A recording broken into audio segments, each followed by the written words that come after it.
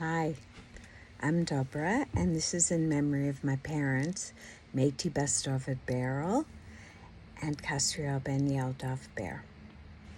So we're heading into Rosh Hashanah. We have Shabbos, and then Sunday night is Rosh Hashanah. So I wanted to talk a little about the shofar. So when is the first time that a ram's horn was mentioned in Jewish history? And that was Akedas Yitzchak, the binding of Yitzchak.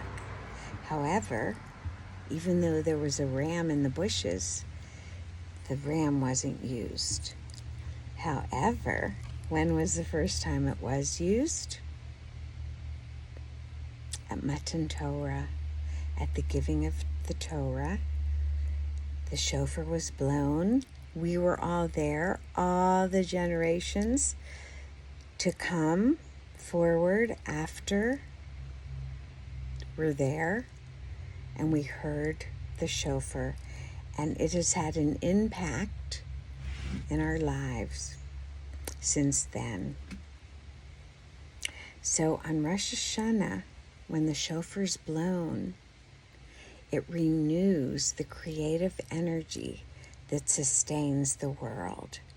Erev Rosh Hashanah, Hashem withdraws his light, and with the blowing of the shofar, a new energy comes down. It's cyclical, it's a higher energy, it's a deeper energy, it's a totally different quality of energy. So he renews this energy, which is totally amazing. And also, the shofar, the cry of the shofar reminds us of the cries and the tears that were shed for the Holy Temple in Jerusalem during its destruction. And also the cry of the shofar hastens to bring Mashiach, and it hastens the rebuilding of the Beis HaMikdash. And there's so much more that it does. So there are 3 different sounds of the shofar: tekiah, shavarim, teruah, and then it ends with another tekiah. So what does tekiah represent? So it's a very long blast, and it's a burst of empowerment. And the Zohar says this is connected to Abraham, to Chesed. And through this burst, we have the ability to lift ourselves up and to coronate Hashem as king. Hashem, the master of the universe, through this, we can coronate him. This is an expression of joyful state of closeness to Hashem. Then comes the shavarim, and this is reminiscent of Yaakov, who was more from Gevurah. So the shavarim represents the brokenness in our life. We might begin life confident, but through life we experience struggle and obligations and things that don't work, struggle, and then we have fragmentation.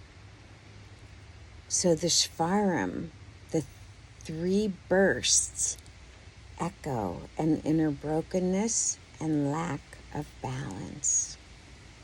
And then we come to teruah, which is 6 short little blasts. And this says it's the breaking of the chunks of shavarim into smaller chunks that become dust.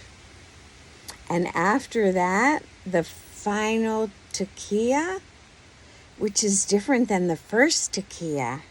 The final tekiah is joy. It's straightening out life. It's returning to wholeness. It's a new beginning. It's revealing ourselves.